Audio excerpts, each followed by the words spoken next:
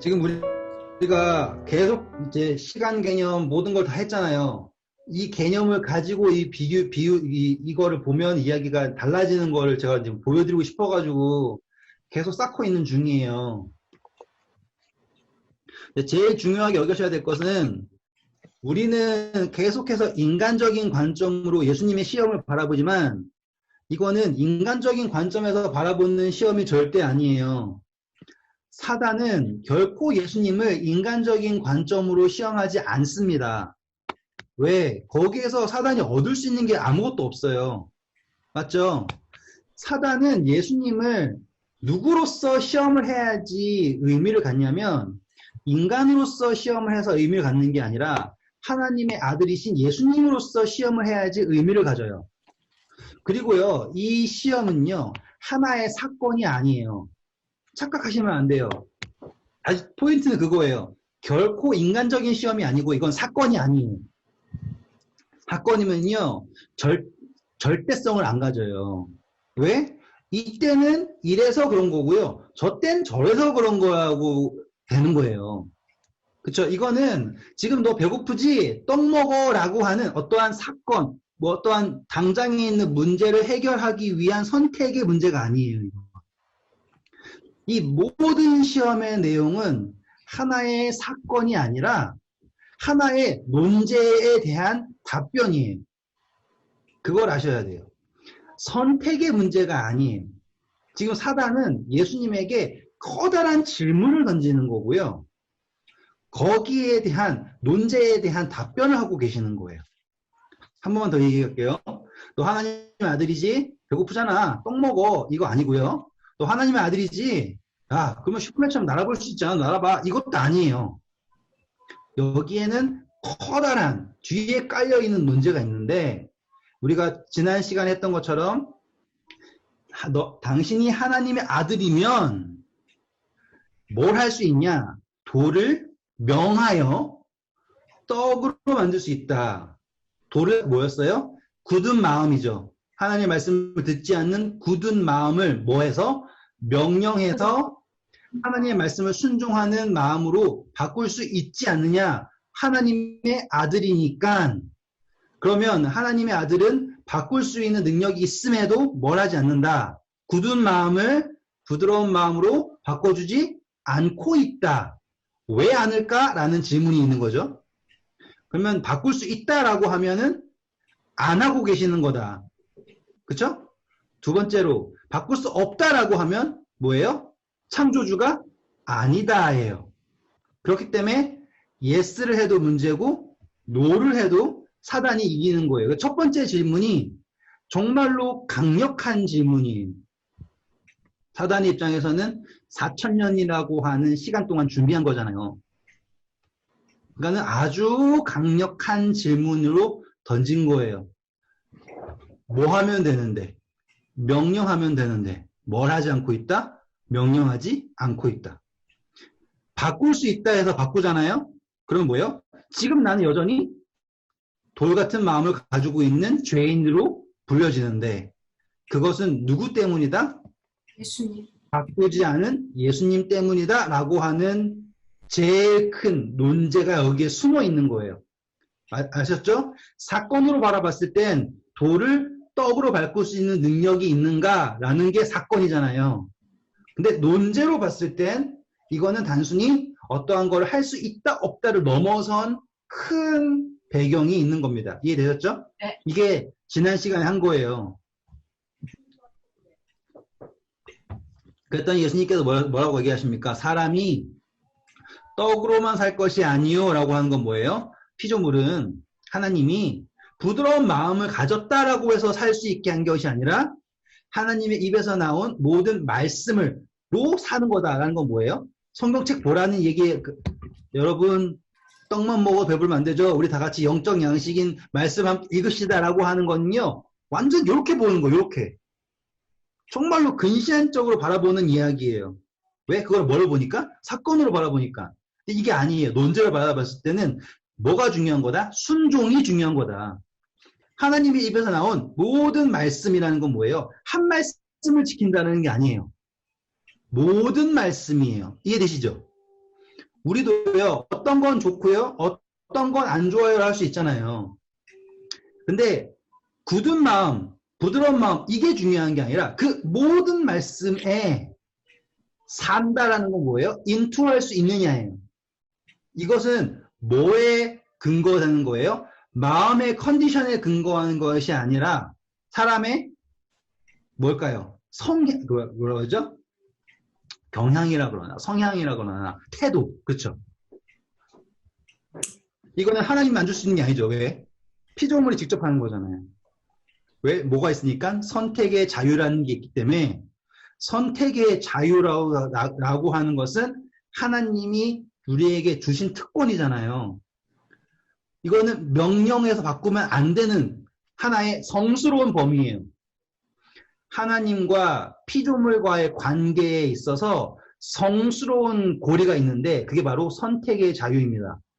그래서 예수님이 말하는 것이에요. 사람은 떡으로만 살 것이 아니요 부드러운 마음이 있다고 해서 다 잘 되는 게 아니라 하나님의 입에서 나온 모든 말씀으로 산다라고 하는 거는 그 모든 말씀을 따르고자 하는 절대적인 연결고리를 우리가 선택하느냐가 문제인 거예요. 이해되셨죠? 그러면 결과적으로 뭡니까? 예수님은 뭘 하실 수 있어요? 우리의 마음을 돌 같은 마음에서 떡 같은 마음으로 하실 수 있죠. 우리가 그거 읽었잖아요. 에스겔서 11장. 돌 같은 마음을 제하여 부드러운 마음을 준다. 그래서 너희들이 내 계명을 지킬 것이다. 이거 예수님께서 하실 거예요. 근데 정말 문제는 제한다가 아니라 지키고자 하느냐가 문제죠. 그러니까 사단이 얘기한 논제보다 훨씬 더 위에서 답하신 거예요. 근데 이거를 지금 누가 보고 있습니까? 온 하늘에 있는 존재들이 다 보고 있는 거예요. 처음 질문 딱 들었을 때는 사단이 맞는 것 같아요. 하나님의 아들이신 예수님이 왜 이 별것도 아니고 그냥 명령해가지고 너 그러지 마라고 그렇게 되지 마라고 하면 되는데 아니면 이렇게 돼버려라고 얘기하면 되는 걸 이렇게 크게 문제 만들어서 힘들게 하는 건 누구 잘못인 것 같아요? 예수님 잘못 같잖아요. 예수님 사랑하시면 따지고 보면 얘네는 병자예요. 지금 마음으로 병들었잖아요. 고쳐주면 되는 거 아니에요. 왜 안 고쳐주고 계세요? 라고 할 수 있는 거잖아요. 사단은 그렇게 코스프레를 하고 있는 거죠. 자기가 지금 나는 피해자다. 나는 잘하려고 하는데 잘 봐야 내가 전부 다 잘못했나? 사단이 전부 다 잘못했나요? 아니면 일부가 잘못된 건가요? 일부가 잘못된 거죠. 그렇죠? 네. 우리가 인간 중에서요. 모든 게 잘못된 존재가 있나요? 아니요. 아니잖아요. 일부가 잘못된 것을 그게 두각이 되는 거잖아요. 그래서 예수님이 뭐라고 그래요? 사람이 하나님 입에서 나온 모든 말씀이다라고 하는 거예요. 사단은 그게 아니죠. 모든 게 아니라 일부예요. 그리고 그 일부를 하는 것이 나의 자유다라고 주장하는 거고요. 예수님은 그렇지 않다. 지금 오해하시면 안 되는 게 자유가 없다라는 게 아니에요. 자유가 있기 때문에 그것이 선택의 자유라고 하는 절대적 고리가 있다라는 것 때문에 예수님이 십자가에 달려서서 그 대가를 치르시는 거예요. 근데 사단은 예수님께서 대가를 치르신다라는 걸 생각하지 않고 선택의 자유를 없앤다. 모든 것을 강압적으로 하려고 하는 게 예수님이다. 라고 주장을 하는 거예요. 이거는요, 제가 뭐 예언의 시를 본다든가 그런 게 아니라 요 문맥 안에서만으로도 추론이 가능한 겁니다. 맞죠? 왜? 우리는 뭘 아니까? 배경을 알기 때문에 시간 개념, 명원 개념 다 했잖아요. 그 개념을 알기 때문에 추론이 가능한 거지. 그 개념이 없으면 이거는 추론이 안 돼요. 그 개념이 없으면 우리는 뭐밖에 안 보냐면 여러분 밥 많이 먹었으니까 우리 이제 다 같이 말씀 보죠. 영적 약실 세웁시다 라고 하는 그 논리밖에 안 나온다고요. 이해되셨죠? 그래서 예수님은 사단에게 정말로 더 이상의 답변이 없을 만큼 강력하고 적확한 답변을 하신 거예요. 사람은 떡으로만 살 것이 아니요. 그쵸? 하나님의 입에서 나온 말씀이 아니에요. 모든 말씀으로 살 것이다. 정리되셨죠? 네. 누가 더 똑똑한 겁니까? 예수님이 훨씬 사단 머리 꼭대기보다 더 위에 앉아 계시는 거죠. 사단은 할 말이 없어져요. 그래서 이제 마음 문제를 넘어서요. 다른 걸로 잡고 넘어지는 거예요. 그게 어디로 가냐면 이 누가복음하고 마태복음하고는요 순서가 달라요. 왜 다르냐? 마태복음은 예수님은 뭘로 합니까? 왕으로 하죠. 누가복음은 뭘로 해요? 사람으로 하죠. 그래서 강조점이 달라요. 그런데 이야기의 순서상 뭐가 제일 적합하냐면 마태복음이 맞아요. 왜? 마지막에 절이라는 게 나오잖아요. 지금 이 세상의 모든 권세를 너에게 준다라고 하기 때문에. 그래서 저는 지금 마태복음의 순서가 맞다라는 전제로 진행을 할 거예요. 자, 보세요. 두 번째가 뭡니까? 이제 어디로 데리고 갑니까? 한번 읽어볼까요? 5절부터 읽어주세요. 이에 마귀가 예수를 거룩한 성으로 데려다가 성전 꼭대기에 세우고 이르되 내가 만일 하나님의 아들이거든 뛰어내리라.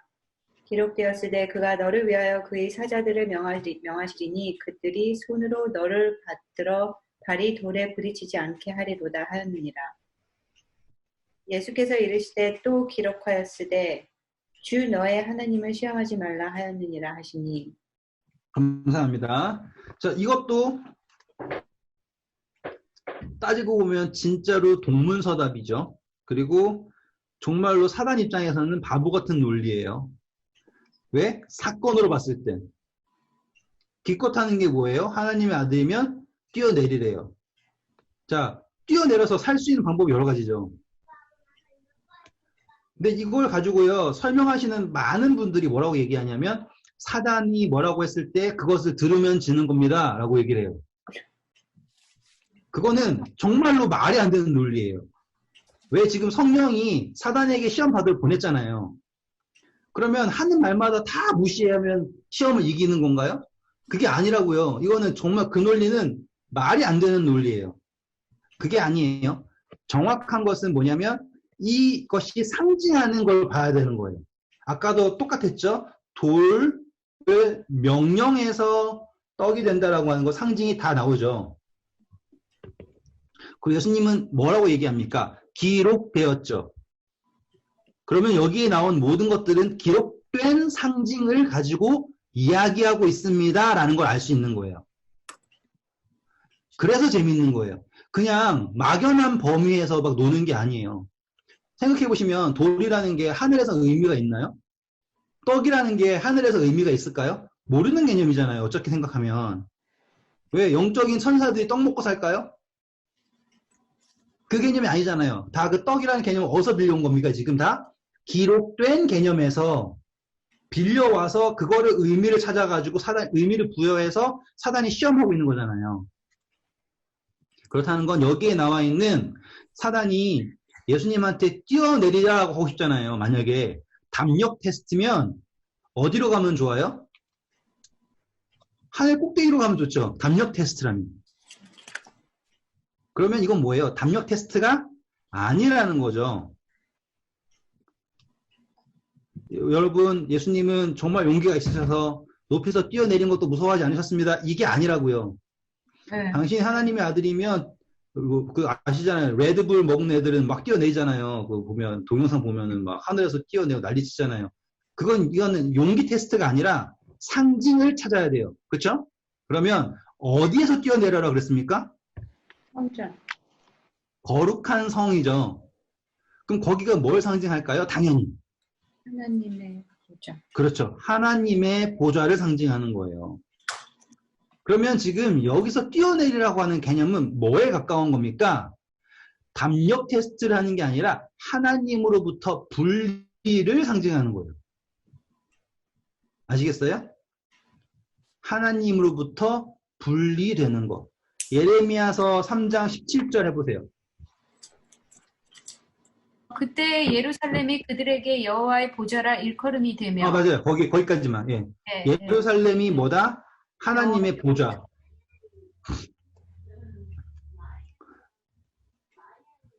그러니까 지금 하나님의 보좌로부터 뛰어내린다라고 하는 걸 뭘 말한다? 분리되는 걸 말하는 거예요. 그러면 뭐냐면 예수님이 하나님의 아들이면 어떻게 해도 된다예요? 하나님의 보좌로부터 분리가 돼도 하나님은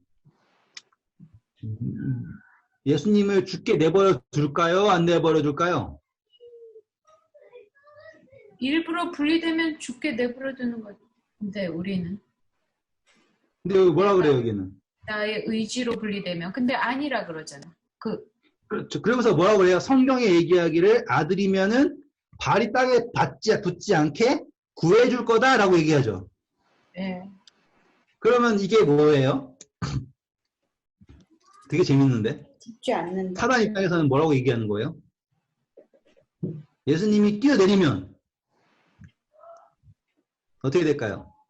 그러니까 분리되지 않을 거야. 분리돼도 죽지 너가 않- 분리되고 싶어도 분리 안 되게 해줄 거야. 이 말이 있잖아요. 그럼 사단은 자기를 어떻게 변론하고 있어요? 여기서 그러면 되게 재밌는 부분이에요. 그러니까 나도 분리 안 되게 해줘야지 당연히.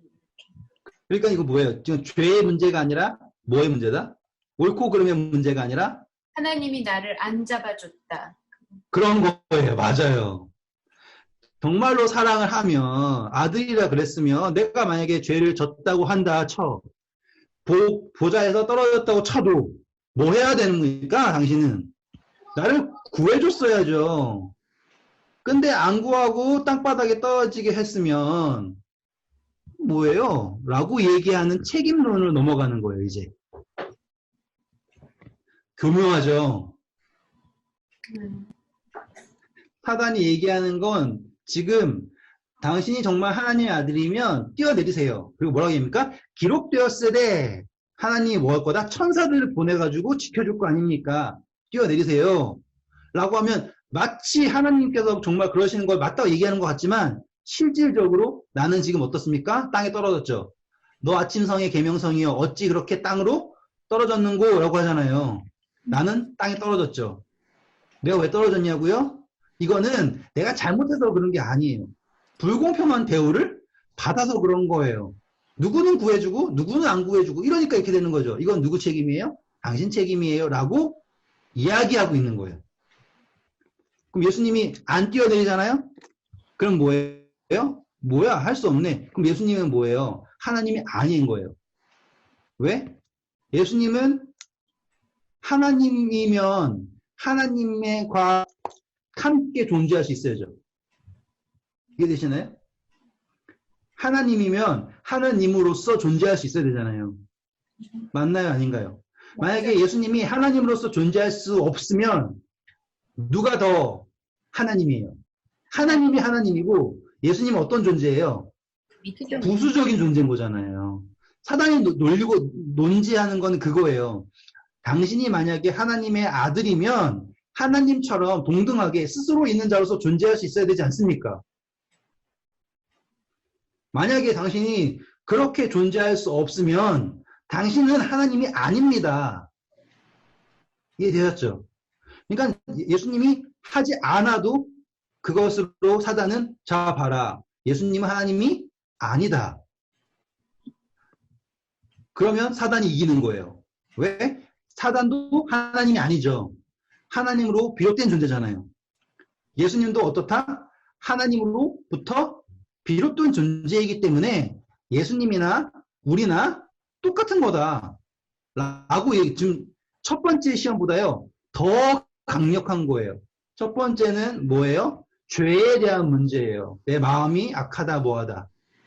두 번째는요. 완벽한 존재에 대한 접근이에요. 예수님은 과연 하나님의 아들인가? 진정으로.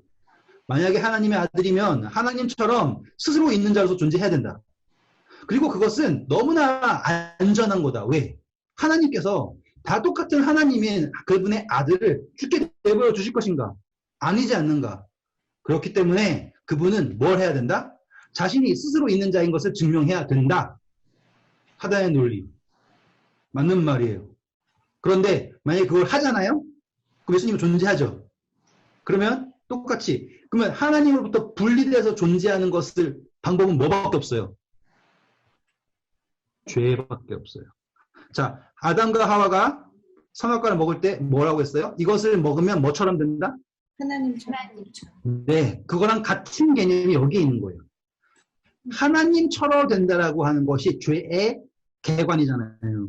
왜? 하나님에 의지하지 않고 스스로 존재한다. 사단이 설명한 거 뛰어내린다라고 하는 거의 핵심은 뭐냐면 스스로 존재하는 자. 그게 뭐예요? 죄를 져요. 사단도 지금 뭐 했어요? 떨어져 내려왔잖아요. 왜? 죄. 하늘에서 떨어졌다. 죄. 이해되시죠? 그러면 사단은요, 여기에서 엄청난 카드를 가져요. 첫 번째는 아까 말씀드렸던 대로 당신은 하나님의 아들로서 당신이 진정 하나님의 아들인지를 하나님으로부터 분리되어야지 증명할 수 있습니다. 첫 번째.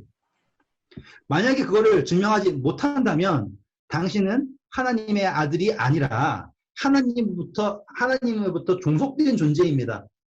그러므로 나와 당신은 같은 존재예요. 여기까지 오셨죠? 두 번째예요. 첫 번째고 두 번째 했어요. 그런데 사단이 여기에다가 딱 까는 게 뭐예요? 이 하나님이 누구를 사랑한다? 너를. 예수님. 아들을 사랑한다. 그 전제예요. 그렇기 때문에 기록되었다라고 하면서 누구의 말을 믿으라요? 하나님. 하나님의 말을 믿어라 예요. 그러면 예수님이 안 뛰어내리잖아요. 그건 뭐예요? 안 믿는구나. 하나님의 말을 안 믿는다. 요 논리 되시죠? 그러니까는 지금 몰아세우는 거예요. 하나님의 말을 믿지. 믿으면 뭐 해야 돼요? 뛰어내리는 거예요. 근데 지금 예수님 만약에 뛰어내리잖아요. 그러면 누구의 말을 의지해서 뛰어내리는 겁니까? 사단이 시키는 말. 사단의 말인가요? 하나님의 말인가요? 사단. 상관이 없어요. 상관이 없다고요. 잘 보세요. 예수님은 뭐라고 했어요? 아닌데? 나는 그냥 하나님의 말씀 의지해서 뛰어내리는데? 라고 할 수도 있고요. 사단의 말을 궁금해 뛰어내릴 수 있어요. 근데 그 뛴다라고 하는 것의 의미가 문제예요. 분리. 믿지 않는 그게 뭐 하는 거예요? 시험하는 거예요. 분리 시험. 그래서 예수님이 뭐라고 그래요? 시험하지? 야, 질문이. 그래서 시험하지 말라라고 하는 게 바로 목적이 뭐냐면 시험해야지 알 수 있다라는 거예요. 이 사단이 되게 똑똑해요. 사단의 논리는 뭐예요? 하나님이 우리를 사랑하시는지 안 하시는지 뭘 해야 알 수 있냐? 시험해야지 알 수 있다예요. 되게 똑똑하지 않아요? 제가 이거를 막 계속 묵상하다가 이거를 하나씩 알아갈 때마다 막 소름이 돋았어요. 사단이 너무 치밀한 거예요. 자, 그럼 시험을 해야지 알 수 있다는 논리는 뭔지 아세요? 자기도 변화하는 거예요. 자기가 왜 죄졌냐고요? 시험하느라고 했다. 그렇죠. 하나님이 사랑이신지 아닌지 공인지 뭔지를 어떻게 할 거냐고요. 말도 안 돼. 근데 사단의 논리는 그거예요. 시험하지 않고서 어떻게 하냐고요. 다 의인이에요. 그러면은 어떻게 할 거예요? 죄가 뭔지도 어떻게 할 거고요. 사랑이 뭔지도 알 거고요. 어떻게 할 거냐 이거예요. 그래서 사단은 뭐라 그래요? 나는 지금 선의의 피해자다라고 지금 말도 안 되는 논리지만 자기를 피력하고 있는 거예요. 사단이 얘기하는 논제에 자기의 방어 기제가 완전히 깔려 있는 거예요. 그럼 이 이야기를 딱 들으면 하늘에 있는 존재들이 들으면 이게 이해가 쏙쏙 되는 거예요. 지금 잘 보세요. 우리가 계속 이전에는 하늘이라고 하는 개념이 없이 영원이라고 하는 개념 없이 봤을 때는 이거는 예수님의 담력 테스트 수준이었잖아요. 근데 그거를 알고 보면 여기 속에 담겨있는 뒤의 의미가 보이잖아요. 그러니까 그게 성경을 보는 재미예요. 그게 막 와 진짜 짜릿짜릿해요. 지금 여기서 사단은 지금 자기를 변호하고 있죠. 예수님 안 뛰어요. 근데 누구는 했다예요? 나는 뭘 의지해서? 하나님의 사랑을, 그분의 말씀을 너무나 의지한 나머지 이걸 알기 위해서 했다라고 자기를 까는 거예요. 쫙. 또 이제 그 다음 점을 또 보여드릴게요. 그 다음도 또 놀라워요. 지금 보면 이 사단이요 성경절을 인용하죠. 그렇죠? 이게 성경절이 하나님이 우리를 지키신다는 성경절은 진짜 많아요. 이사야서에 널리고 널렸고요. 신명기, 열왕, 다 그런 게 많아요. 근데 굳이 이걸 골랐어요. 굳이. 왜 그러냐면 이 성경절에 숨겨진 의미가 있어요. 자, 이게 어디에 있냐면요. 시편 59편.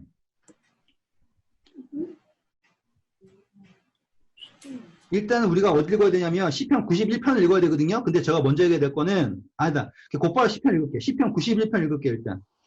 시편 91편 11절 12절 읽으시고요. 그 다음에 쭉 계속 읽으시면 돼요.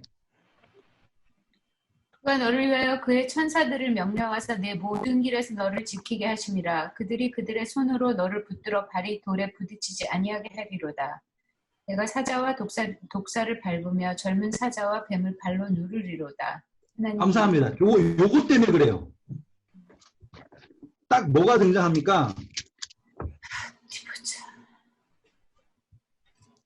바로 독사를 누른다 나오죠. 네. 자, 여자의 후손이 어떻게 됩니까? 너로 3장 15절 너로 여자의 후손과 원수가 되게 하고 너는 그의 발꿈치를 상하게 할 것이나 그는 너의 머리를 상하게 할 거다죠. 요거예요. 사단은 이 성경절이 정말 싫은 거예요. 그래가지고 다른 성경도 다 제끼고요. 요 성경절 바로 위에 예수님이 뭐 할 거다? 독사의 머리를 밟을 거다라는 바로 위에 있는 거 성경을 사용하는 거예요. 그래서 예수님이 조금만 실패하잖아요? 요만큼은 틀리잖아요? 그럼 뭐도 틀린 거예요? 이 독사의 머리를 밟을 거라는 것도 틀릴 거다라고 하는 거가 사단의 정말로 집요한 논리예요. 저는 보면서 야, 사단 진짜 대단하다. 성경 말씀을 얼마나 곱씹었으면 이거를 여기서 꺼내가지고 그러니까 하나 딱 틀리면 전 바둑을 잘 안 둬서 몰라요. 근데 바둑을 둘 때 한 수를 놨을 때 10수 후를 막 보면서 하잖아요. 똑같은 거예요. 지금 사단은 말로 지금 포석을 깔고 있는 거죠, 지금. 왜? 여기에서 틀리면 치고 나갈 방향이 너무나 많은 거예요, 사단 입장에서는. 그걸 만들고 있는 거예요, 지금. 이사야서 59장도 똑같은 얘기 나오죠. 아까 읽으려다 말았던 거. 이사야서 59장 2절. 오직 너의 죄악이 너희와 너희 하나님 사이를 갈라놓았고 너희 죄가 그의 얼굴을 가려서 너희에게서 듣지 않으시게 함이니라. 자, 지금 하나님과 갈라진 것이 근거는 뭡니까? 죄악. 왜 발음이 안 나와? 성소로부터 뛰어라. 갈라진다. 그 개념이 여기에 나오는 거예요. 그런데요, 사단이 제일 처음 질문 어떻게 시작했습니까? 내가 만일 하나님의 아들이어든이잖아요. 그러면 여기에는요, 당신은 정말 하나님의 아들입니까? 보다 더 무서운 거예요. 당신이 정말 하나님의 아들이면 뛰어내리던 말던 상관이 없지 않습니까?로 가는 거죠. 그러면 뭐예요? 죄라는 거는 하나님의 아들에게는 절대 적용도 안 되는 거 아닌 문제 아닙니까? 라는 거예요. 그러면 당신에게는 적용도 안 되고 문제도 안 되는 거를 왜 죽느냐 사느냐 문제로 우리한테는 적용해서 우리를 힘들게 합니까? 라고 하는 뒷문이 나오는 거예요, 또. 그리고 그 다음에는요, 얼마나 더 이제 치졸하게 가냐면, 성경 쪽 다시 읽어볼게요. 마태복음 4장 가셔서, 그가 너를 위하여 그의 사자들을 명하시리니 라고 나오죠. 그럼 뭡니까? 사자는 누굴 말하는 거죠? 천사죠. 네. 사단은 누구예요? 천사죠. 그럼 뭐예요? 천사들은 뭐 하는 존재예요? 너를 받드는 존재? 예수님이 되셔도 뭐 할 거다? 천사같이 치닥거리 할 거 아닙니까?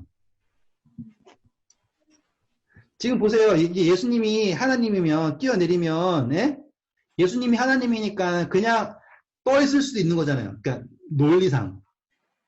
근데 예수님은 천사가 아니면 뭐 할 수 없다? 살아날 수 없다? 이해되시죠? 사단이 예수님을 이걸로 또 뭐예요? 비아냥하는 거예요. 만약에 분리돼도 살 건데 그냥 사는 게 아니라 뭐 한다요? 하나님이 천사를 보내서 천사들이 손으로 이렇게 해가지고 살 수 있는 게 당신이지 이렇게 깔려 있는 거예요. 그러면은 뭐예요? 사단이 얼마나 예수님을 폄하하고 있는 거 아시겠죠?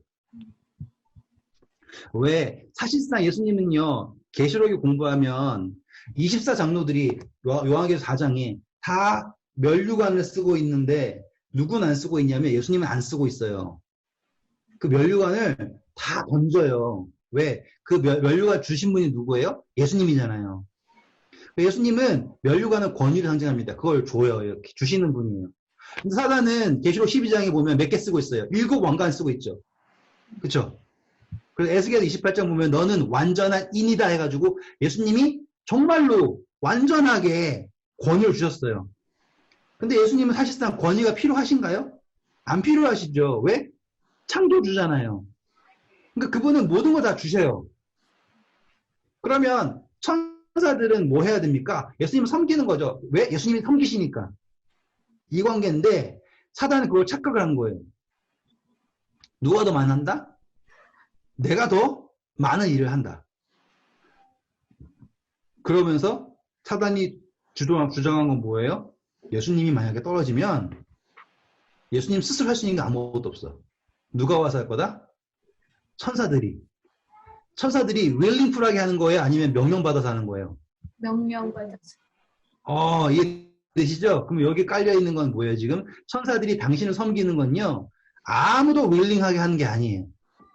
다 하나님이 하라해서 하는 거지, 당신 좋아하는 사람 아무도 없어요. 그거 다 깔려있는 거예요. 그러니까는, 여기에 이 한마디 안에 사단이 의도하고 깔고 포석한 모든 게 다 있다고 보시면 이 질문을 들었을 때 예수님의 기분도 상상해 보세요. 어떠시겠냐고요. 그리고 사단이 자신을 표방할 때, 모든 존재들 표방할 때 나는 정말로 그렇게 예수님을 섬겨왔다. 왜? 사단이 뭐였어요? 그룹 천사죠. 네. 그룹 천사 중 하나였잖아요. 그래서 덮는 그룹. 예수님을 섬기는 천사였어요. 자기를 뭐 했다? 내가 얼마나 예수님을 섬겼는지 너네 다 잘 알지. 내가 근데 버림받았어. 왜 버림받았을까? 그렇죠? 그리고 예수님, 우리 없이 뭘 하실 수는 있어? 이런 논리까지 싹 깔려가지고 탄 거란 말이에요. 예수님 참 기분이 참 별로였을 것 같아요. 근데 예수님이 대답을 하시죠. 그때도 어떻게 하십니까? 기록되었으대로 하시는 거예요. 왜? 사단은 지금 계속 뭘 요구하냐면요. 예수님의 이 생각을 요구하는 거예요. 왜? 예수님이 자기 생각을 긍정이든 부정이든 이야기하면 뭘 잡을 거예요? 잡아서 가려는 거죠. 거기서부터. 말했잖아요. 첫 번째 질문도 긍정이든 부정이든 문제예요. 사단은 다 준비했어요. 긍정하는 순간 이렇게 갈 거고요. 부정하는 순간 이렇게 갈 거예요. 두 번째도요. 긍정하는 순간 이렇게 할 거고요. 부정하는 순간 이렇게 할 거라고 그냥 이를 갈고서 예스만 나와봐야 해요. 근데 예수님은 뭐예요? 기록되었을 대로 간다고요. 그렇죠? 그러면서 정답을 하는 거죠. 사단은 시험하지 않고서는 어떻게 할 것이냐? 하나님은. 근데 예수님 뭐라고 합니다? 너희 하나님 여호와를 시험하지 말라라고 딱 나왔다고요. 그게 예수님께서 사단의 질문을 딱 끊어버리시는 거예요. 근데 이게 너무나 정확한 답변인 거예요. 예수님 질문을 피한 게 아니라고요. 너무나 정확한 답변이에요. 그분은 시험을 통해 알 수 있는 분이 아니다. 맞죠? 그리고 그러니까 영적인 존재들도 그거를 인정할 수밖에 없어요. 왜? 만약에 여기에서 예수님이 증명하잖아요? 그러면 사단은 곧바로 또 뭘 할 겁니까? 다른 걸로 증명하라고 그러겠죠. 그럼 예수 하나님이라는 존재는 뭐밖에 안 되겠어요? 무조건 계속해서 시험을 해야 되는 존재밖에 안 되는 거예요. 근데 피조물이 하나님을 시험을 통해서 이해할 수 있을까요? 없죠. 그렇죠? 지금 예수님은 그렇기 때문에 완벽하게 답을 하신 거예요. 첫 번째 질문도 완벽하게 답하셨죠? 두 번째 질문도 완벽하게 답하셨어요. 근데 흥미로운 점은 이 모든 것이 이미 어떻게 되어 있다? 기록되었다가 중요한 거예요. 그러면요, 어떤 내용인지 아세요? 이 기록되었다는요, 단순히 시험, 인류가 시작되었을 때 기록되었다가 아닐 거라는 거예요. 성경 말씀이 적혀지면서 기록되었다가 절대로 아닐 거라고요. 이 기록의 시점은 이 지구가 창조되기 전에, 사단이 범죄하기 전에 이 개념이 기록되어 있었을 거다가 맞는 해석이에요. 왜? 죄가 시작되고 나서 몇 천년이라고 하는 시간이 지난 다음에 성경이 되지면서 거기에 기록한 걸 가지고 싸운다라고 하면 사단 입장에서는 뭐예요? 소 읽고 외양간 고치기 식으로 만든 거잖아요. 그럼 그 이야기를 가지고 기록되었다 얘기해봤자 무슨 의미입니까? 라고 덤빌 수 있죠. 근데 이 기록되었다는 역사, 이 성경 역사 말고요. 이 개념들 있죠. 하나님은 빛이다, 뭐 사랑이다, 이런 거 있죠. 하나님 시험하면 안 된다, 이런 것들은요, 분명히 사단이 범죄하기 전에 하나님께서 모든 존재가 분명하게 인지할 만큼 명명백백하게 기록되었다라는 거가 있어야 되는 거예요. 그래야지 그 기록에 비추어서 이 영적 존재가 있는 곳에서 기록된 것에 비추어서 성경이라는 것이 기록되어야지 의미를 갖는 거죠. 왜일까요? 하나님이 십계명을 주시죠. 십계명 어떻게 주십니까? 하늘에 있는 존재가 와서 손으로 쓰잖아요. 그쵸? 똑같은 거라고요. 지금 성경에 있는 이야기는 하늘에 기록된 어떤 거의 그림자로서 기록되었는데 이 기록되었다는 것을 구약에 있는 걸 얘기한다는 것만으로도 무엇이 보이냐면 하늘에 있는 그 기록이 보이기 때문에 사단이 거기에 있어서 반론하지 못한다는 거죠. 뒤에 생긴 법은 결코 앞서서 한 범죄를 정죄할 수 없습니다. 그게 법의 가장 기본 원칙이에요. 아무리 잘못을 해도요, 뒤에 생긴 법은 앞서 범죄한 것을 처벌할 수 없어요. 똑같은 거죠. 이 기록된 시점은 분명히 죄가 범해지기 이전에 기록되어야지 이후에 된 걸로 바꾸면 사단은 할 말이 수만 가지라고요. 자, 그래서 이 첫 번째 시험, 두 번째 시험이라고 하는 거에 사단의 계획대로 흘러가지 않아요. 예수님은 완벽하게 답을 하십니다. 그러면서 이것은 제가 말씀드렸죠. 이거는 하나의 사건적 선택이 아니라 논제에 대한 답변이에요. 다시 말하면 영원 속에 있는 답변이라고요. 이 예수님의 답변은 영원을 꿰뚫고 있는 답변입니다. 아시죠? 영원을 꿰뚫고 있는 답변을 하셨습니다. 그렇기 때문에 예수님의 시험이 의미가 있는 거예요. 배고픈데 참으셨습니다. 대단한 예수님, 이거 하면요 의미가 절대 없다고요. 왜? 그러는 순간 다 비교하죠. 예수님 40일 참았어요? 여기 더 참은 사람 있습니다. 네, 그러면 컴피티션 해야 돼요. 사건으로 바라봤을 땐 그게 절대로 아니라고요. 아시겠죠? 영원 속에 있는 답변을 했을 때 의미를 갖는 것이지 사건으로 했을 때는 정말 유치뽕짝이 되는 거예요. 넘어가서 이제 세 번째 시험이에요. 세 번째 시험은 클라이막스예요. 이거는 뭐라고 할까요?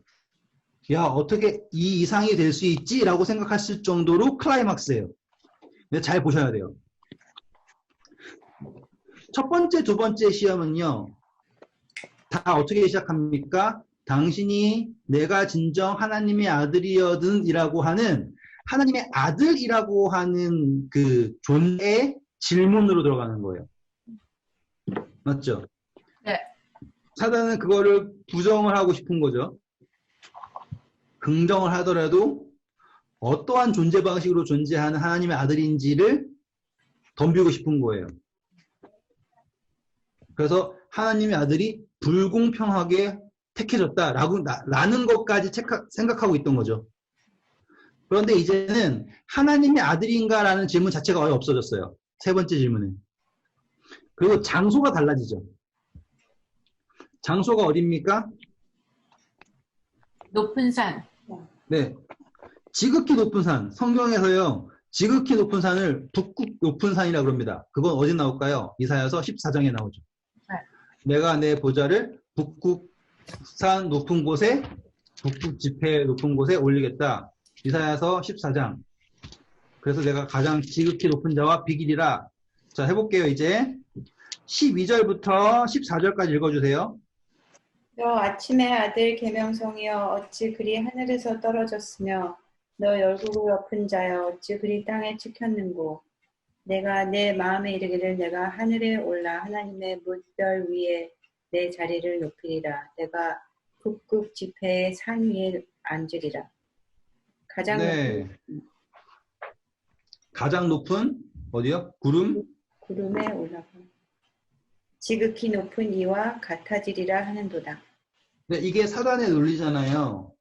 그냥 이거는 그냥 외우시면 좋은 거라서 사단 이야기 나오면 항상 이사야서 14장 그리고 에스겔서 28장 그냥 무조건이에요. 사단 이야기 나오면 이사야서 14장, 에스겔서 28장 곱하기 2하면 되는 거잖아요. 14 곱하기 2하면 48. 그리고 시작점은 다 12절. 그러니까 사단 이야기 나오면 무조건 이렇게 하시면 돼요. 14장, 28장. 근데 여기에서 지금 사단의 의도가 나오죠. 나는 누구와 같다만 증명하면 되는 거예요. 예수님과 같다만 증명하면 되는 거예요. 이거는 두 가지 방법이에요. 자기를 올리든지 예수님을 내리든지. 이해되셨죠? 자기를 올리든지 예수님을 내리든지. 그 사단이 택한 방법은 뭐예요? 예수님을 내리는 거예요. 내리는 거. 네. 그래서 예수님만 내려서 나와 동등된 입장만 놓잖아요. 그럼 자기가 이기는 줄 알았어요. 그런데 예수님이 자신을 누구와 동등됨으로 내려놓으셨어요? 흙으로 만든 인간이랑 동등되게 내려놓으셨어요. 사단 입장이 어떨까요? 어이가 어이가 없죠. 예, 그 논리예요. 자, 일단은 높은 산이 어떤가 알아야 되니까 시편 48편 1절, 2절 읽어주세요. 북극산이라는 거가 어떤지 알려면은 시편 48편 1절, 2절 읽어야 돼요. 여호와는 위대하시니 우리 하나님의 성 거룩한 산에서 극진히 찬양 받으시리로다. 터가 높고 아름다워 온 세계가 즐거워하며 큰 왕의 성 곧 북방에 있는 시온산이 그러하도다. 네, 지금 이사야서 14장에 나와 있는 사단이 만들고 싶은 자기의 보좌가 있는 산은 뭘 베낀 거예요? 지금 북방에 있는 산 시온산을 베낀 거예요. 왜? 지극히 높은 자와 비기고 싶으니까. 그래서 지금 마태복음 4장에 사단이 데리고 갔어요. 지극히 높은 산을 데리고 갔죠. 그 산은 어디예요? 자기의 보좌가 있는 산이에요. 영적인 자신의 보좌. 근데 많은 설교분들이 어떻게 얘기합니까? 온 세상에 있는 금은보화를 보여주기 위해서 높이 올라가면 잘 보이죠? 그래서 높은 산 올라가가지고 보여줬어요. 그런 분들 있잖아요. 그거는 진짜로 등산을 안 해보신 분들이에요. 높이 올라가서 뭐가 보여요? 점밖에 안 보이지. 비행기 타고 가면 다 점이잖아요. 누구를 유혹하고 싶으면 이렇게 가까이 보여주면서 야 마시고 싶지? 가지고 싶지? 막 이래야지. 높은 데 올라가가지고는 쫙 보여줘서 가지고 싶지 하면 인간도 안 되겠다. 저는 진짜 그거 하시는 걸 들으면 와 이걸 어떻게 그렇게 얘기하시지? 이 생각이 들 정도가 있어요. 나는 그냥 예수님이 왜 그래 그럼 내가 가질게 너 빠져 이러고 확 가져줬으면 좋았을 텐데 이런 생각을 많이 했는데 그럼 우리가 그럴 수 예수님 안에 있어요. 있잖아요. 이 세상에. 근데 그게 정말 잘못된 거라고요. 그래서 아까 말씀드렸잖아요. 사단의 목적이 뭐냐를 봐야 되는 거예요. 사단은 인간이 튀겨지든 똥불에 빠지든 없어요. 사단의 오로지 목적은 뭐냐면 예수님과 비기는 거예요. 그렇죠. 그거면 된다니까요. 예수님만 비기면 끝나요. 그래서 사단이요, 이제 마지막 작전을 쓰는 거예요. 자기의 보좌로 갔어요. 자, 누가복음 4장에는 뭐라고 얘기해요? 이 모든 것이 나에게 주어진 바 되었으므로 내가 원하는 자에게 줄 수 있다라고 하죠. 네. 네? 자, 그게 뭐예요? 하나님이 우리 창세기 공부했을 때 기억나시죠? 하와가 범죄함으로 인해 가지고 주도권이 누구에게 넘어갔어요? 사단에게 넘어갔죠. 그것을 누가 주셨어요? 하나님이 주셨죠. 왜 일정 기간 동안 사단이 뭐라고요? 통치자로서 해보라고요. 그럼 지금 사단은 지금 뭐로 있는 거예요? 통치자로서 있는 거예요. 유지 보수는 다 누가 하면서요? 하나님 하지만. 그러니까 자기 거가 아닌데 집권 척 한다 이거죠. 그렇죠. 그러니까는 우리도요, 우리 몸인 줄 알지만 우리 몸을 유지 보수하는 건 하나님이 해주고 계시잖아요. 그런데 우리 거를 우리 몸이라고 알고 있잖아요. 내 몸이야라고 하잖아요. 지금 사단도 똑같은 거예요. 통치권을 받았죠. 아담이 받았던 통치권을 똑같은 통치권을 사단이 받았잖아요. 그런데 지금 사단은 그걸 뭐라고 얘기합니까? 자기 것이라고 얘기하고 있어요. 첫 번째 착각이에요. 그런데 사단이 얘기한 게 되게 재밌어요. 자, 마귀가 또 그를 데리고 지극히 높은 산으로 가서 천하 만국과 그 영광을 보이고 라고 하죠. 자, 이게요. 사람들은 대부분의 그러니까 뭐 90% 이상이에요. 다 뭐라고 얘기하면 물질적 유혹이라고 얘기를 해요. 그건 아닌 거예요. 근데요. 이거는 말이 안 되는 거예요. 예수님은요. 물질적 유혹을 받으실 존재가 아니에요. 그렇지. 이미 성령을 받았잖아요. 성령을 받으신 존재가 물질의 유혹을 받는다는 거는 말이 안 돼요. 실질적으로요. 지금 사단이 저한테 와서 막 물질을 유혹하잖아요. 그러면요. 저는 무조건 노할 거예요. 왜? 유혹이라는 건요. 큰 걸로 안 와요. 작은 걸로 와요. 아시죠? 유혹은 절대로 크게 안 오고요. 작은 걸로 와요. 왜? 우리는 그거를 받아들이는 거 쉽게 하거든요. 근데 만약에 누군가 와가지고 준식아 너 대통령 시켜줄게 하잖아요. 그럼 제가 예스 할까 노 할까요? 노 한다고요. 왜? 이거는 분명한 선택할 수 있어요. 크면 클수록 분명한 선택을 할 수 있어요. 그런데 특별히 그것이 물질적 유혹이잖아요. 그러면 예수님은요. 절대로 선택하지 않으세요. 왜? 앞으로 예수님이 가르친다 보세요. 이 세상 것은 다 지나가죠. 그렇죠? 푸른 마르고 꽃은 시드나 하나님은 영원히 있다라고 하는 거. 모든 것이 예수님은 육체적인 것에 매이지 않으신 분이에요. 그럼 사단이 와가지고 예수님은 물질로 꼬신다? 그거는 사단이 바본 거예요. 대상을 잘못 선택했죠. 그런데 여기에서 보여주는 건 뭐냐면 첫 번째 천하 만국과 그 영광을 보이죠. 그러면 우리는 그거를 스플렌더하는 영광을 생각하지만 예수님은요 예루살렘이 아름답다 그랬 제자들이 예루살렘이 아름답다 그랬죠. 예수님이 예루살렘 보고 아름답다 그랬어요. 우셨어요.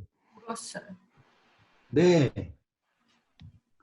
예수님의 입장에서는요 그건 슬픔이에요. 우리가 생각하는 세상의 영화는 누구에게 있어 슬픔이에요? 예수님에게 있어서요 슬픔이에요. 왜? 누구로부터 멀어지는 거예요? 하나님으로부터 멀어지는 거예요. 그러면 세상의 영화를 보여줬다는 건요. 세상에서 사람들이 잘 먹고 잘 사는 걸 보여준 게 아니라요. 예? 예수님에게 있어서는요. 정말로 정말 슬픔을 보여준 거죠. 비극을 보여준 거예요. 그럼 사단은 지금 뭘 하고 있냐면요. 인질극을 하고 있는 거예요. 아, 너 이렇게 슬프게 냅둘래? 이렇게? 그거예요. 지금 사단은 완전한 인질극을 보여주는 거예요. 그냥 쫙 보여주는 거죠. 어디 앞에서? 보좌 앞에서. 그럼 자기는 어디 앉아있겠어요? 자기의 보좌에 딱 앉아있겠죠. 그래서는 당신은, 그래, 좋아요. 당신은 하나님의 아들입니다. 인정한 거예요, 이제. 안 물어봐요. 보좌에 딱 앉아가지고 묻는 거예요. 쫙 보여주고. 이 모든 것이 나에게 넘겨진 바 되었습니다. 그래서 나는 내가 원하는 사람에게 다 줄 수 있어요. 라고 자기를 오픈합니다. 그러면 거기에 뭐가 포함되어 있는 거예요? 나는 당신이 여기에 왜 온 줄 알아요. 왜? 기록됐잖아요. 십자가 달려 죽으려고 왔죠? 그런데 당신이 죽어도 이 사람들은 이렇게 될 거예요. 이러한 비극 속에 있을 거예요. 왜? 내가 그렇게 할 거니까요. 내가 절대 안 넘겨줄 거라니까요, 당신한테. 나는 내가 해야지 줄 거라고요. 이렇게 얘기하는 거죠. 그리고서는 다 아니까 이제 됐어요. 그냥 나한테 절 한 번만 하세요. 그러면 다 넘겨줄게요. 어쩌나요? 좋은 길이죠? 끝냅시다. 자기가 마치 엄청나게 양보한 것처럼 말하는 거예요. 그러면 하늘에 있는 존재들 봐서는 뭐예요? 사단이 갑자기 왜 양보를 하지? 이 생각이 들 수 있다고요. 왜? 사단은 뭘 숨기고 있어요? 자기의 목적이 예수님과 비기는 것이라는 걸 숨기고 있는 거라고요. 자신은 마치 죄가 무엇인지 이런 것을 알기 위해서, 모든 걸 드러내기 위해서 이렇게 고생했던 착한 사람 코스프레 한 거예요. 앞에 얘기해 보세요. 돌 같은 마음, 떡 같은 마음. 이거 안 해줘도 이거 알려주고 있는 거다. 하나님 그 분리되는 거. 하나님 어떻게 할 거냐? 난 하나님 살아있는 걸 증명하고 싶었다. 그게 다다. 이렇게 하고 있다고요. 그런 다음에 이제 알겠어요, 예수님. 당신 하나님 아들이에요. 좋아요. 그런데 지금 이거 아시죠? 이거 다 나한테 왔어요. 난 이제 당신 줄 준비 안 했어요. 그냥 가져가시면 돼요. 근데 그냥 가면 그러니까 절 한 번만 해주세요. 이렇게 내려놓은 것처럼 보인다고요.